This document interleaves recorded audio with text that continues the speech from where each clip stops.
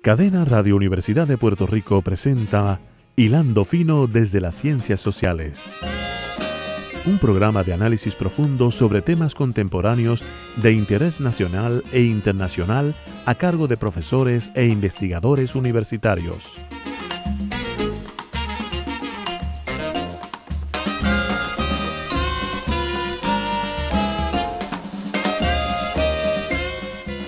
Muy buenas tardes, amigas y amigos de Hilando Fino desde las Ciencias Sociales, como todos los martes a las 4 de la tarde, discutiendo con ustedes asuntos de nuestra vida contemporánea.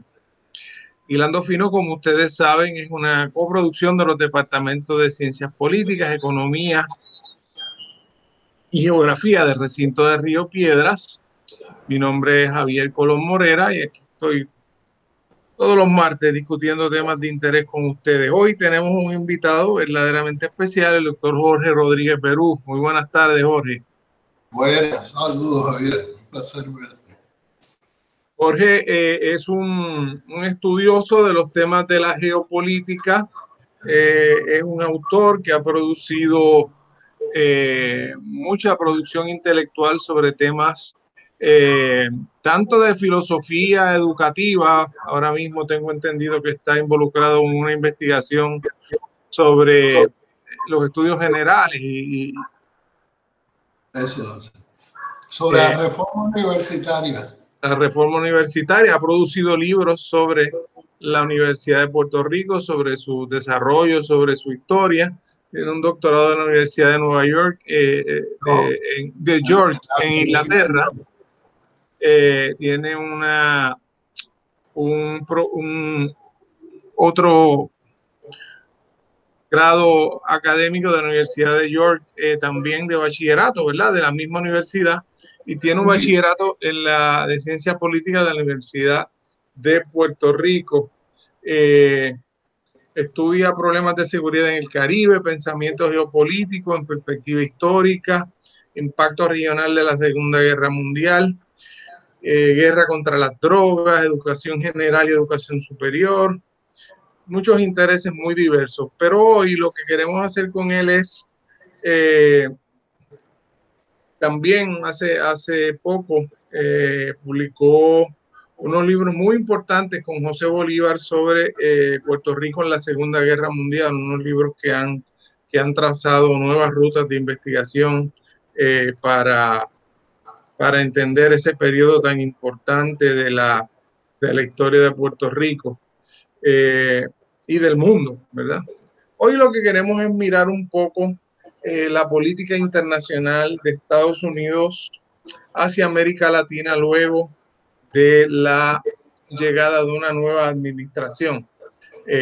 Como se sabe, asumió el poder en Estados Unidos el Partido Demócrata y un nuevo presidente, Joseph Biden, pues está al mando de articular las relaciones internacionales hacia esa región tan diversa, ¿verdad? Que es América Latina y que realmente designa muchas áreas con intereses muy diversos, ¿verdad? Que a veces uno hasta se cuestiona si puede haber una sola política hacia una región tan grande, con subregiones tan definidas y con intereses tan particulares. Así que nos agrada mucho que Jorge haya podido estar con nosotros esta tarde y le queremos dar las gracias a Gerardo González y a los colegas de la Asociación Puertorriqueña de Relaciones Internacionales por haber organizado un foro hace ya algunas semanas que dio base a esta conversación que estamos teniendo hoy. Jorge, ¿por dónde quieres empezar? ¿Qué tú dirías que son algunos rasgos importantes de esta nueva? González me pidió que hiciera un comercial de APRI y lo voy a hacer. Que todas aquellas personas interesadas en relaciones internacionales y en procesos mundiales en Puerto Rico deberían afiliarse a APRI, Asociación Puertorriqueña de Relaciones Internacionales, porque es un foro muy positivo para que nosotros podamos reflexionar sobre esos temas.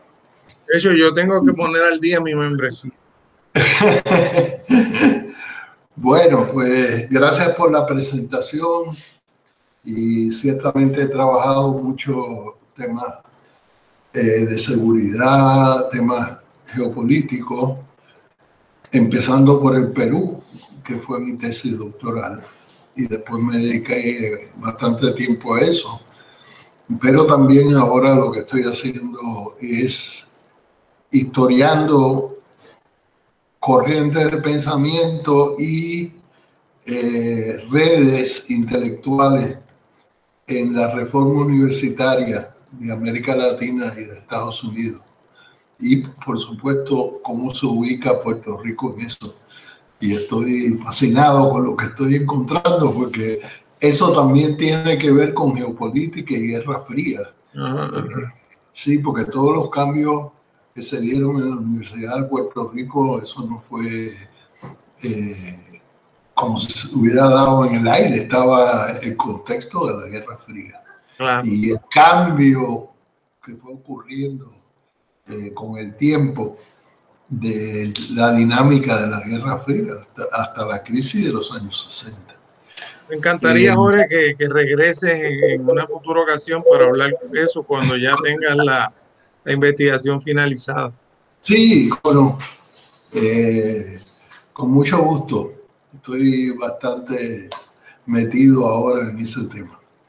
Entonces, hablemos sobre Biden y América Latina. Y yo creo que podemos retomar la conversación que tuvimos anteriormente, porque realmente apuntamos a ciertas tendencias que se está comprobando, ¿verdad? Que son los problemas más importantes para Biden. Y señalamos que el más urgente y quizás muy importante es la relación con México. Y yo no sé si englobar ahí la relación con Centroamérica, porque por el lado de la migración, México y Centroamérica están relacionados. Claro. En el caso de México estaba un problema bien difícil en las relaciones, que fue el arresto del jefe de Estado Mayor del Ejército Mexicano, el general, creo que se llama Cienfuegos, y la acusación de que había colaborado con redes de narcotráfico. Y querían juzgarlo en Estados Unidos, pero eventualmente lo dejaron regresar a México. Así que ahí hay todo un tema, el tema de seguridad, el tema de gobernabilidad por la violencia tan extrema que está ocurriendo en México. Una preocupación de parte de Estados Unidos de la estabilidad del Estado mexicano y sobre todo que eso no se vaya desbordando en la frontera con Estados Unidos. El otro asunto que ya vemos que Biden está tratando de atender es el tema de la migración y de la frontera. Ya hizo un gesto importante, simbólico, que fue detener la construcción del muro, que estuve leyendo que como muchas de las iniciativas de Trump, todo esto del muro fue mucho humo y poca realidad, porque lo que han construido han sido tramos que ya existían de verja. Y la única verja nueva que han construido es alrededor de 40 y pico de kilómetros. Así que esa idea de que se iba a construir una gran muralla, pues no era cierto. Pero es importante que Biden pase ese mensaje. El otro es el trato a los menores que están cruzando por la frontera. Un trato indigno y creo que él le ha asignado a Mayorgas, que es el jefe del Homeland Security. Inmigración está bajo Homeland Security, que ponga orden a este proceso. Pero leí un artículo que todavía las condiciones en que tienen a los niños y jóvenes que están cruzando la frontera son deplorables. Uno de ellos decía que llevaba días sin poderse bañar porque no había ducha disponible. Así que ese va a ser todo un tema. También con México está el asunto del comercio. Sí. Y para Estados Unidos, en general, el comercio con el sur y con México va a ser muy importante en el contexto de la competencia con China.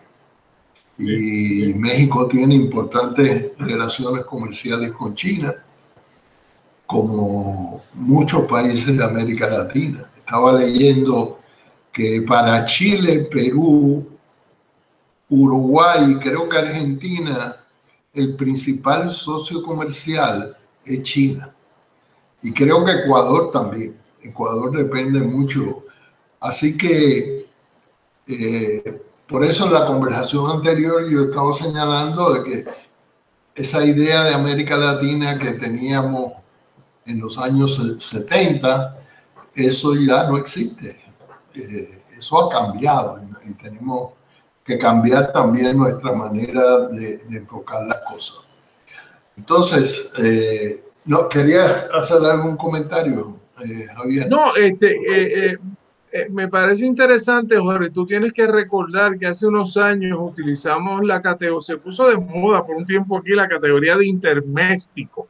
Era un problema que no es puramente internacional ni puramente doméstico o interno de Estados Unidos, y me parece que México cae muy bien dentro de esa categoría por la cuestión de la gran población mexicana que hay en Estados Unidos, mucha de la cual todavía no está legalmente, pero muchas sí, y muchas sí vota en función de temas que afecten esa migración.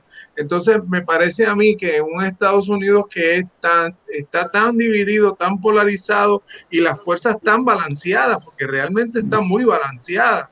O sea, yo soy de los que creo con mucha otra gente que si no hubiera sido por la pandemia, Trump hubiera podido ganar las elecciones. O sea, que el cálculo de qué consecuencia electoral puede tener cualquier movida internacional parecería que ahora va a ser más pronunciado. Que ellos han aprendido la lección quizás de Obama, que las iniciativas internacionales tienen que significar algo para el votante norteamericano. Tienen que de alguna forma entender qué vínculo hay entre esas gestiones internacionales y su calidad de vida y la percepción de Estados Unidos en el mundo. Sí, yo creo que tienes mucha razón y como nosotros venimos de las ciencias políticas, pues tenemos en la mente el esquema del Estado-Nación y las relaciones internacionales, como nosotros las estudiamos, eran relaciones internacionales, ¿verdad? Pues a veces se nos escapa que los procesos entre estados tienen un nivel más profundo que es lo que se le empezó a llamar intersocietal.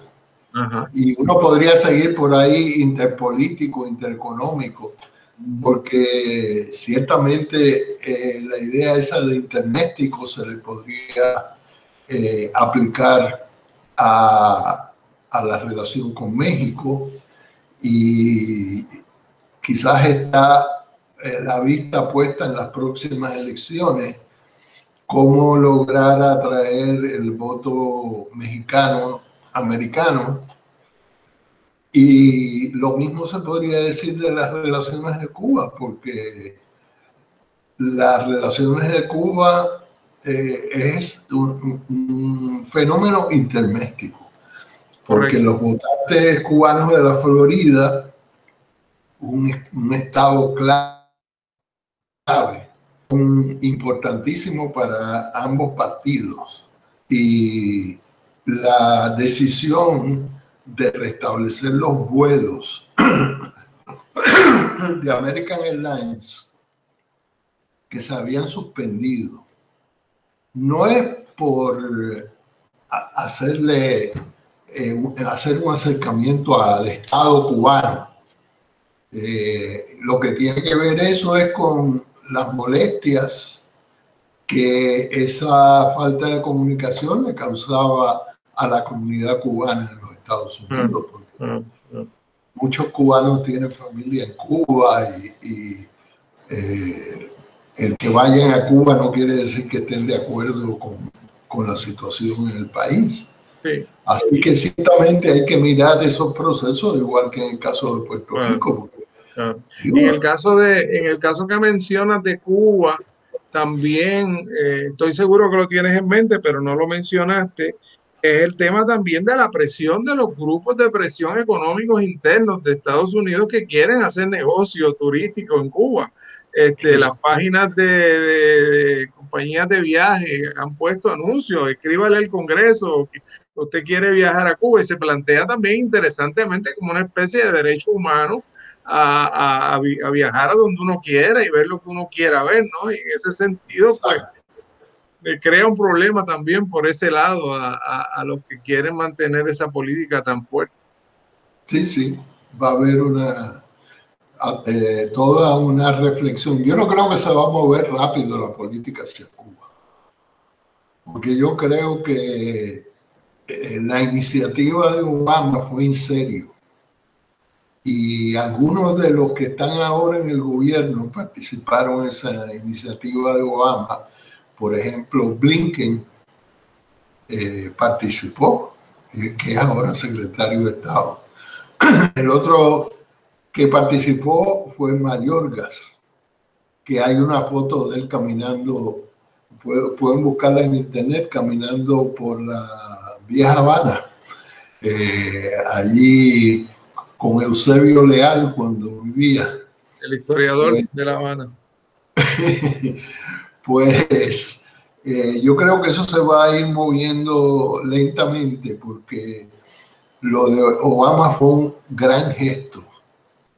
Y si tú te recuerdas, Fidel mandó a parar esa iniciativa. Él escribió un artículo, yo no sé si tú lo leíste, que se llama Compañero Obama, donde se burlaba de la parte del liderato que veía mucho potencial en eso, y lo que hizo fue frear eso, porque siempre hay un sector del liderato cubano que habla de un concepto que se llama el abrazo del oso. Tú sabes que el oso, cuando te abraza, te clava las uñas y no te deja salir. Y entonces hay un sector cubano que se resiste del liderato a un acercamiento real con los Estados Unidos. Y hay que ver cómo se da ese proceso. Quizás lo que hay es poco a poco un relajamiento y unas medidas a corto plazo. Pero también, como tú decías, hay un interés por hacer negocio, pero ese interés también está dentro de Cuba en los sectores cuentapropistas. Claro, claro. Yo coincido contigo en que sería un error pensar que esto va a ser sencillamente una administración Obama parte 2. No. Y que bueno, si esto se dejó en este estadio, pues ahora va a continuar. No, es otra situación, son otros actores. La situación en Cuba también está cambiando. Yo me acabo de leer la novela de Padura sobre la migración, el polvo en el viento. Yo la tengo ahí, ¿cómo se llama? Como polvo en el viento. Ajá. Sí, sí, sí. Y ahí se relata mucho el tema de Obama y se relata mucho cómo desde los extremos políticos se vio mal, tanto del sector más anticomunista en Florida como acá, ¿verdad? Yo creo que la situación de Cuba probablemente en este momento está sobredimensionada en el conjunto de los problemas de América Latina, pero eso tiene un efecto y ahora pues se manejará, ¿verdad? Se manejará y me parece a mí que es obvio que por lo menos se quiere una cierta regularización de lo que eran Sí. los trámites anteriores a la llegada de Trump. Ahora, Jorge, tú has hablado de la presencia de China, has hablado de la importancia que sigue teniendo en la región esa presencia económica de China. Hay quien piensa, y quiero oír qué has pensado, que en cierto sentido no es que estemos entrando en una nueva guerra fría, porque son palabras mayores, pero obviamente estamos cada vez, parecería, moviéndonos en un mundo nuevamente con una cierta lógica bipolar. Y en ese sentido, yo soy uno que no tengo muy claro cómo Estados Unidos va a responder a este reto tan grande que le está planteando China en la región, porque leí en algún sitio y me pareció muy acertado que, que las políticas norteamericanas no se pueden mover con la misma velocidad que se mueve la China, en el sentido de que el Estado de pronto decide invertir acá, comprar acá, es un poquito más complejo porque hay unas compañías que tienen que interesarse en una serie de negocios en la región, ¿verdad? Entonces quería ver cómo tú ves ese proceso tú lo ves como un proceso de acomodo entre los intereses de China y Estados Unidos en la región, o tú ves que lo que va a pasar es que va a depender de lo que suceda en la relación China-Estados Unidos, cómo se vea entonces el tema en América Latina. ¿Qué tú has pensado? Yo creo que no cabe otra salida que un acomodo. Lo que va a buscar Biden es un acomodo, porque cuando no hay acomodo, lo que hay son guerras. Así que no creo que nadie quiera ver una guerra entre China y los Estados Unidos. Así que lo que va a haber es un acomodo. Y se van a revisar las acciones que tomó Trump de guerra comercial. Porque como tantas otras cosas, el propósito fue uno y el resultado fue otro. Ya sabemos que China está interesado en materias primas y energía en la región. ¿Ok? Toda la zona andina es una zona muy rica en minerales, así que va a estar interesado, está interesado en ese comercio con metales.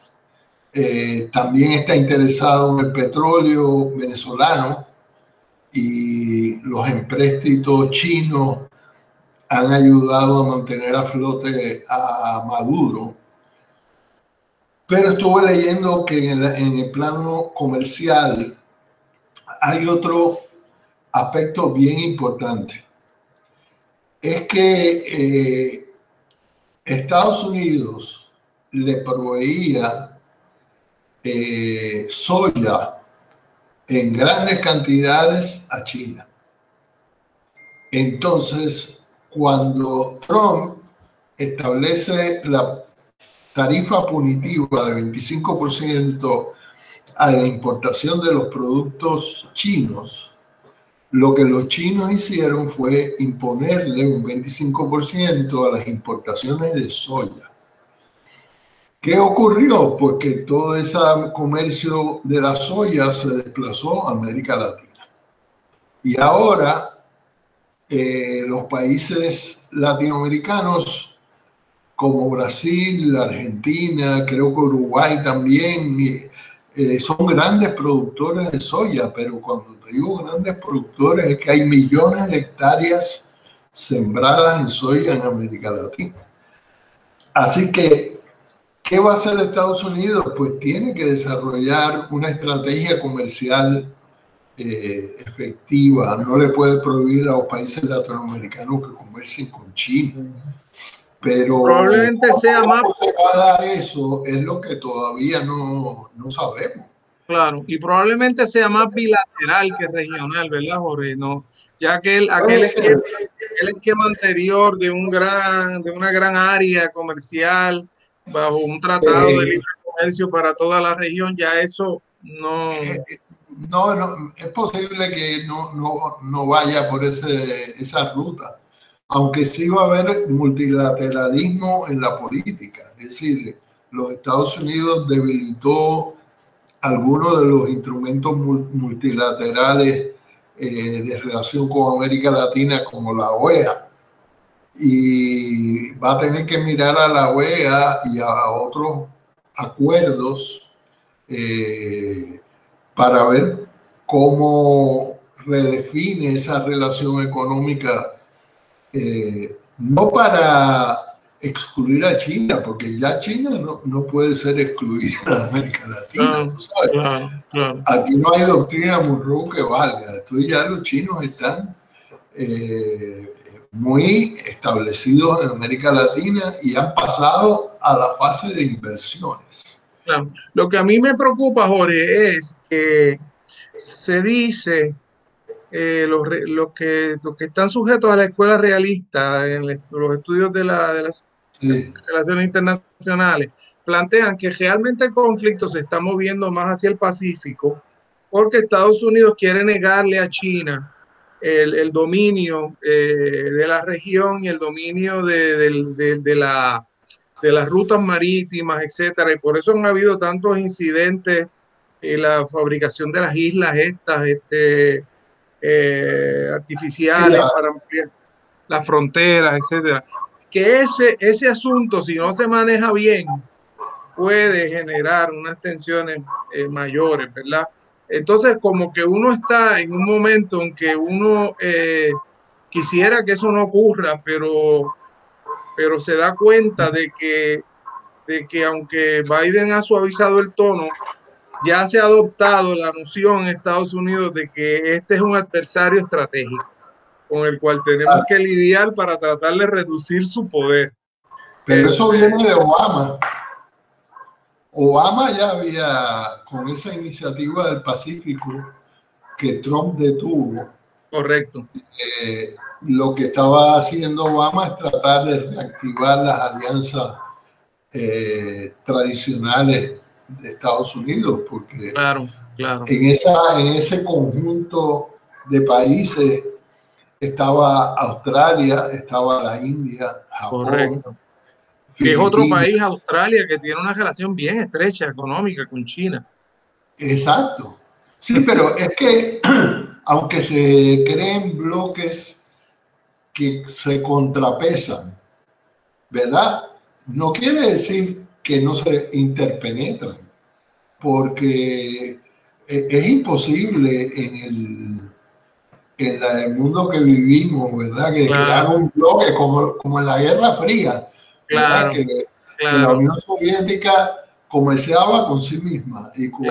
Era mucho más impermeable en ese sentido. Sí. Exacto. Sí, es otra cosa. Jorge, vamos a hacer una pequeña pausa, porque parecería que no, pero ya se ha ido media hora la primera parte del programa. Y entonces regresamos de inmediato a Hilando Fino.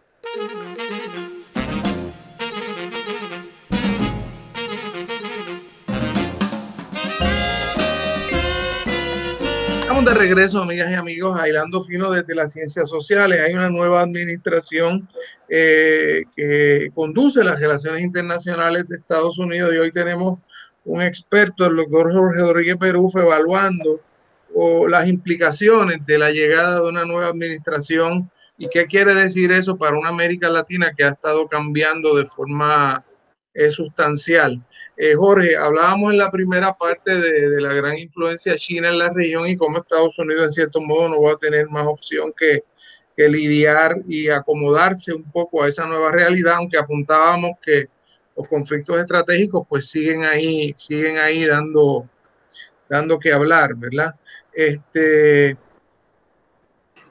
Yo creo que por lo que estuvimos conversando, sí, estipulamos que México Centroamérica va a tener prioridad, lo cual no quiere decir que sea lo más importante, pero lo más urgente es México y Centroamérica. Sí, y número 2 es China. China es la región. Yo creo que eso está clarísimo. Sí. Vamos a hablar un poco de Venezuela, Jorge. La situación que hereda Biden es muy, muy complicada, ¿verdad? Porque Trump apostó a Guaidó como una transición, no solo Trump, ¿verdad? Porque Trump realmente, del lado conservador, habría que decir que los esfuerzos de Estados Unidos en relación a Venezuela fueron muy amplios, porque lograron crear una coalición muy amplia en contra del gobierno de Maduro, ¿verdad? Pero internamente ese proyecto no cuajó, ¿verdad? Entonces, Estados Unidos o esta nueva administración demócrata hereda una situación muy complicada, una migración muy grande, han migrado 5 o 6 millones de personas. Eso ha establecido una presión grande sobre los países fronterizos en todos lados, Colombia, Brasil, en todos lados ha habido problemas grandes. Por otro lado, Jorge, hay quien plantea que el petróleo empieza a ser un declive histórico ya como elemento central del elemento geopolítico, ¿verdad? Que las nuevas tecnologías verdes, el tema del cambio ambiental, etcétera, que quizás esta sea una época en donde ya quizás por primera vez el petróleo no se pueda recuperar como de la forma en que se recuperó en otras ocasiones como materia prima de exportación, etcétera. Y todo eso, pues, como que aconsejaría más prudencia por parte de Estados Unidos hacia el tema de Venezuela. ¿Cómo tú lo ves? Yo creo que Venezuela es una especie de sultanato petrolero. Yo creo que el petróleo crea unas distinciones, unas consecuencias muy importantes para los sistemas políticos. Porque si el Estado, de lo que depende para sus ingresos es de esas exportaciones de petróleo, se independiza de la dinámica interna y de la economía interna. Entonces, Venezuela tenía una economía muy bien montada, porque tenían hasta industria pesada, producían acero, no era, digamos, una gran economía mundial, o no tenía el peso de Brasil, pero ha habido un deterioro muy grande de la economía, y el Estado se ha fortalecido. El Estado se ha fortalecido frente a la sociedad. Entonces, ese Estado, la clave del poder en ese Estado son las Fuerzas Armadas. Entonces, si tú controlas las Fuerzas Armadas, tú puedes hacer cualquier tipo de elección que tú quieras, ¿sabes? Y ganar por el 70%, lo que sea. Y yo creo que todavía no había habido con Chávez un cambio tan grande, porque en el caso de Chávez, pues él perdió algunas votaciones. Así que Chávez es otro fenómeno, pero con Maduro la oposición ha tratado sin éxito de movilizar a las Fuerzas Armadas en su favor y ha sido extremadamente torpe. Es decir, hay una tradición en América Latina sobre cómo dar golpes de Estado. Puedes ir a preguntarle a los peruanos. Ellos saben de golpes. Y la oposición ha sido muy inefectiva. Realmente, eso de crear un presidente simbólico no ha funcionado. Y entonces la administración estadounidense pues dice que va a seguir reconociendo a Guaidó. Pero yo no creo que va por ahí la cosa. Lo que ellos tratarán de buscar es que se mueva la cosa hacia mayor respeto a los derechos humanos, unas elecciones observadas en un plazo razonable, porque esa idea de que Maduro se va a ir mañana, eso no va a ocurrir. Entonces ya hay ejemplos en América Latina. Yo creo que el principal ejemplo es Bolivia, que una izquierda, no quiero llamar la izquierda a lo que está en poder en Venezuela, porque eso sería sumamente exagerado, pero una izquierda que en el caso de Bolivia va a unas elecciones después de un golpe de Estado y las elecciones son limpias y logra volver a poder, y lo que está pasando en Ecuador, yo creo que Estados Unidos no va a tener ningún problema con esos procesos. Porque, Jorge, y lo que podría pasar en Brasil también, ¿verdad? Porque ahora se le ha abierto el camino a Lula. Si Lula vuelve y hay elecciones limpias, no hay nada que impida ahora que Lula se postule. Quizás ya Lula esté pasado de tiempo y no haya suficiente apoyo pero quizás sí, no sé. Pero yo creo que lo importante es la institucionalidad democrática en América Latina, porque las trampas electorales, los movimientos militares, todo ese tipo de cosas lo que creen es un gran deterioro y una gran inestabilidad. Fíjate que los países que más o menos manejan bien todo el tema de gobernanza democrática son los países que le está yendo mejor en términos sociales y económicos. Y a Estados Unidos también le conviene, y a esta administración demócrata, poner por encima de la mesa el tema de la democracia, porque también ahora necesitan fortalecer su democracia interna. Eso es así.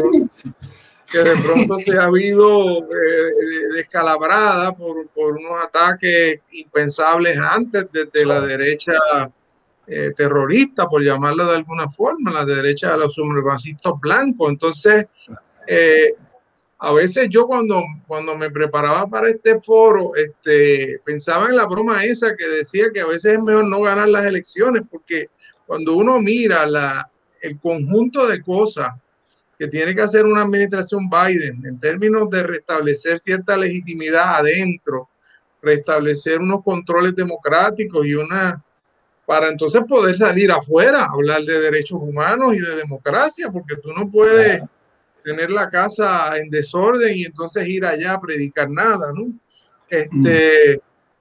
Por lo cual me da la impresión que no lo hemos dicho, pero creo que sería bueno enfatizarlo, Jorge, que probablemente América Latina no va a ser un área de prioridad en la política internacional de Estados Unidos, quizás con esa excepción de México y Centroamérica por el efecto ese electoral bien específico que tiene. Bueno, va a ser prioridad dentro de la relación con China. Es decir, en ese contexto de la emergencia de China como gran potencia y como gran economía, pues ahí va a estar el tema de África, porque no solo América Latina. Claro. China está bien presente en África y la verdad que los Estados Unidos, por lo menos yo no escucho de grandes iniciativas con respecto a África. Y eso entonces implicaría, Jorge, un aumento en los fondos destinados para inversión, para proyectos de infraestructura. O sea, Estados Unidos de alguna forma... ¿Cómo penetran los chinos? Los chinos vienen, pues hay un caso en El Salvador. Llegan y le dicen al presidente, dime una gran obra pública que tú quieres hacer. Pues un estadio. Entonces vienen y le construyen el estadio de gratis. Pero no es de gratis, eso es influencia. Entonces, en el caso de África, lo que ellos han hecho grandes inversiones en infraestructura. Dentro del concepto de la ruta de la seda. Y obviamente para alguien que le construye a un gobierno que le construye un ferrocarril o le desarrollan un puerto o hacen una carretera, eso es bien importante. Sobre todo cuando Estados Unidos ha estado, bueno, había un presidente que decía que la ayuda exterior no era importante y que tenía esa mentalidad tan nacionalista, que era una forma como de fastidiarse uno mismo, porque mientras eso estaba ocurriendo, pues esas oportunidades las estaba agarrando China. Claro. Así que yo creo que sí que va a ser importante. Y el otro actor que no hemos mencionado, que es Rusia, lo que parece que está ocurriendo es que al deteriorarse las relaciones entre Estados Unidos y China, con Trump, pues los rusos y los chinos han ido llegando a más entendimientos, incluyendo en el plano de la seguridad.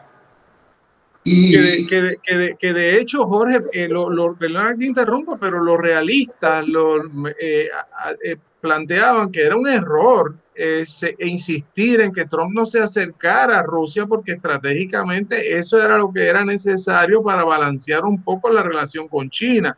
Pero como se entró en este discurso tan fuerte de Guerra Fría y de Putin como si fuera un líder comunista en medio de la Guerra Fría, etcétera, pues eso se bloqueó.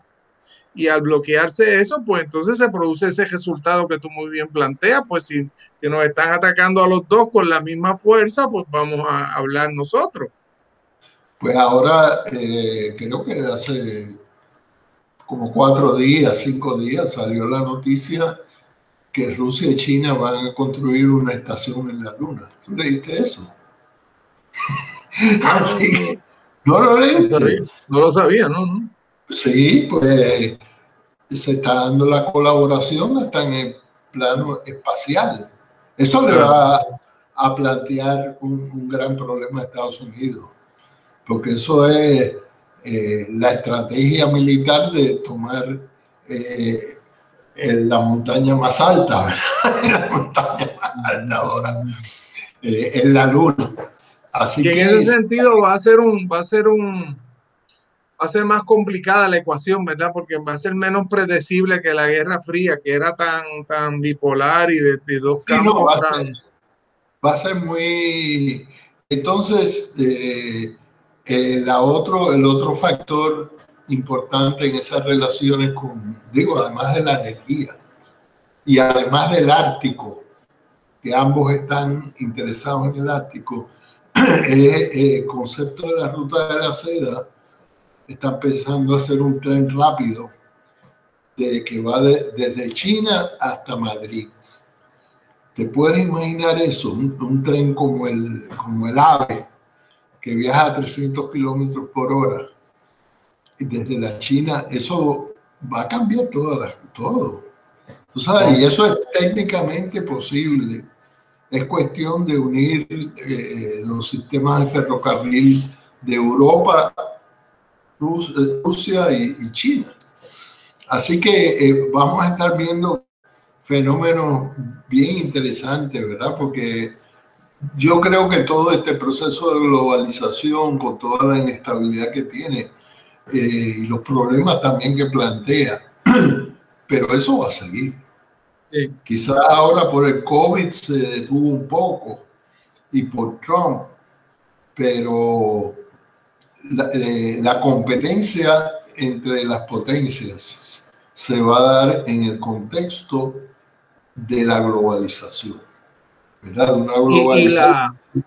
El mismo COVID empieza a señalar eso, ¿verdad? Ya los chinos acaban de venderle vacunas a República Dominicana. Se habla ahora de una alianza de Cuba con Argentina para también mercadear una vacuna. O sea que esa geopolítica de la vacuna y del COVID también nos da otra idea de cómo se ha complejizado todo esto. ¿Quién iba a pensar hace unos años que uno de los principales proveedores de vacunas para nuestro vecino en República Dominicana iba a ser China? Eso, si a mí me lo hubieran dicho hace 3 años, me hubiera echado a reír. Pero así es. O sea, que realmente... Javier piensa esto, que porque alguien se comió un pangolín en China, nosotros estamos encerrados en la casa, llevamos casi un año. Un año así, ya. Tan interrelacionados estamos los seres humanos. Claro. Así que... A corto plazo, Jorge, parecería también que la pandemia ha afectado particularmente la región de Latinoamérica como región, ¿verdad? Porque se ha aumentado los niveles de pobreza, ha aumentado la marginación y han aumentado las protestas en lugares tan diversos como Chile, como Haití, como Ecuador, o sea que a corto plazo también uno pensaría que tiene que haber un proceso de estabilización de la región. Sí, definitivamente. Y están ocurriendo procesos nuevos. Yo te diría que lo que está pasando en El Salvador es bien interesante porque es una persona que salió de los partidos, pero que gobierna por su personalidad y ha logrado el apoyo de la población. Y se ha llevado por en medio de los partidos principales. Entonces, en el caso de Ecuador, es interesante también lo que está pasando, porque el movimiento indígena Pachacuti va a estar en contra del gobierno del correísmo. Así que ya el correísmo no es una fuerza abarcadora que se enfrenta a la derecha ecuatoriana. En Chile también el proceso ha sido interesantísimo, porque todos esos remanentes del pinochetismo que habían incorporado a la Constitución y que la élite política no quería tocar, ¿verdad? Porque eso es un problema como el de la memoria histórica en España. Nadie quería desenterrar los cadáveres de la Guerra Civil Española. Pues eso es un logro tremendo, porque fue un movimiento de masas, no fue un acuerdo de las élites políticas, sino fue en la calle. Y hay que ver qué sale de lo de Chile, porque va a haber un cambio en Chile. Sí, de hecho, Chile se cita como un caso en cierto sentido extraordinario, porque la fuerza de la movilización popular pudo insertarse en el proceso de un cambio institucional y articular entonces eso como lo que en Puerto Rico tanto se ha hablado, pero no se ha podido lograr hacer de verdad, que es una reforma constitucional que democratice el país. Allá sería más bien, pues, eliminando todos esos vestigios de pinochetismo que quedaron en la propia Constitución y todas esas medidas neoliberales, algunas de las cuales están insertadas dentro de la normativa constitucional. Y en ese sentido, pues es un caso de optimismo para la región. Sí, definitivamente. Y también el resentimiento que creaba la conducta de Carabineros, porque ahí la fuerza policial es una fuerza paramilitar, ¿verdad? Y el trato que le daba a la población civil era, es decir, han salido muchos videos de allá de Chile con una conducta de los carabineros totalmente deplorable. Así que hay que ver.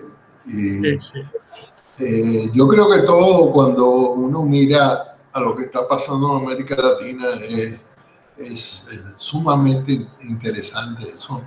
Yo creo que el balance es que son procesos de democratización y lograr mantener las instituciones, no la apariencia de la democracia. No hemos dicho nada de Colombia, Jorge, en donde el proceso de paz se vio afectado, y obviamente la tensión con Colombia, con Venezuela, pues siempre sigue siendo un factor ahí, y es un país muy cercano a Estados Unidos en la región, en donde hay bases norteamericanas. ¿Qué comentario te merece Colombia? Yo empezaría diciendo que el director de Seguridad Nacional para América Latina se llama Juan González. Correcto. Y es de Cartagena, Colombia.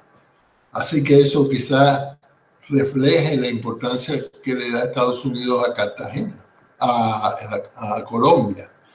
¿Qué iba? No, que al decir eso también, que me parece a mí, Jorge, que es una conducción de política internacional más sofisticada. Definitivamente. Igual Mallorca, que nació en Cuba, por cierto, ponerlo en Homeland Security es muy inteligente, porque él tiene que, quizá tenga mayor sensibilidad para entender lo que es la migración y las relaciones con los países latinoamericanos. Pero yo te diría que mi percepción es que Colombia ha seguido un curso exitoso, porque es un país grande, con muchos recursos, es un país con un potencial geopolítico enorme, porque es un país caribeño, es un país andino y es un país del Pacífico, es un país del Amazonas. Como tú te pones a considerar todos los equipos en los que puede jugar Colombia, es impresionante. Quizás tenga la localización más privilegiada en América Latina.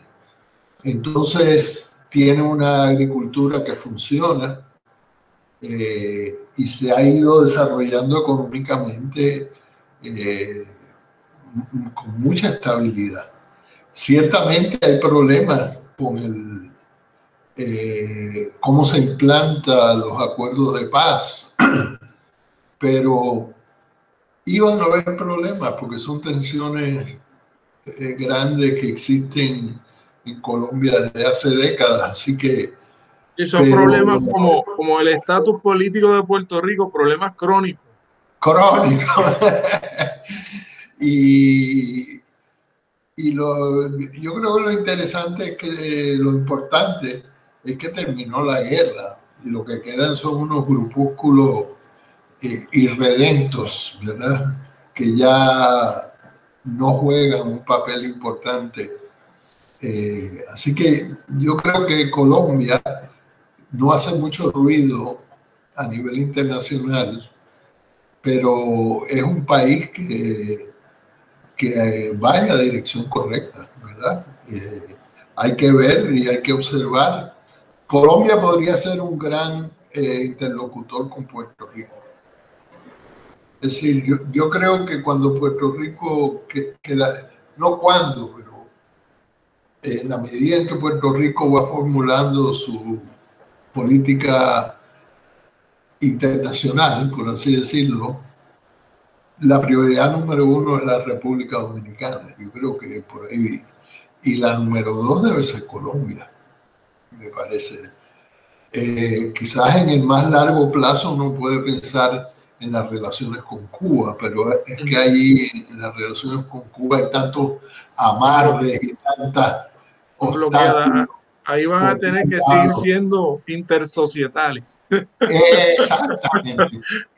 Bueno, lo otro que no hemos mencionado, Jorge, ya se nos está acabando el tiempo, es que tenemos un presidente que uno de los de más vasta experiencia internacional en la historia reciente de Estados Unidos, ¿verdad? Que en el Senado estuvo todo el tiempo en el Comité de Asuntos Internacionales, fue vicepresidente de Estados Unidos en esa función, realizó, así que debiéramos esperar que en la medida en que haya oportunidades internacionales, Estados Unidos tiene un equipo ahora, parecería más sofisticado en la conducción de sus asuntos internacionales, incluyendo en América Latina. Esa es la expectativa. Yo creo que la política exterior de Trump fue muy negativa para los intereses de los Estados Unidos. Lo que hizo fue debilitar internacionalmente a Estados Unidos. Por ejemplo, ¿por qué crear tensiones en la relación con Europa? Los europeos estaban desesperados porque se fuera Trump, porque lo único que hacía era crear problemas en la relación. Por ejemplo, tenía una actitud antagónica hacia España porque había una coalición de izquierda allí gobernando. No, pero es que Estados Unidos, aunque haya habido gobiernos de izquierda en Europa, Estados Unidos no deterioraba las relaciones con el país, porque los intereses eran... Jorge, lamentablemente se nos ha acabado el tiempo. Le agradecemos muchísimo esta conversación tan interesante, y cuando termine esa investigación sobre la universidad y sobre los mucho gusto. Vamos a volvernos a reunir. Así que muchas gracias, Jorge, por tu colaboración. Conversar contigo y saludo a los radioescuchas. Será entonces hasta la próxima semana en Hilando Fino desde la Ciencia Social. Cadena Radio Universidad de Puerto Rico presentó Hilando Fino desde las Ciencias Sociales.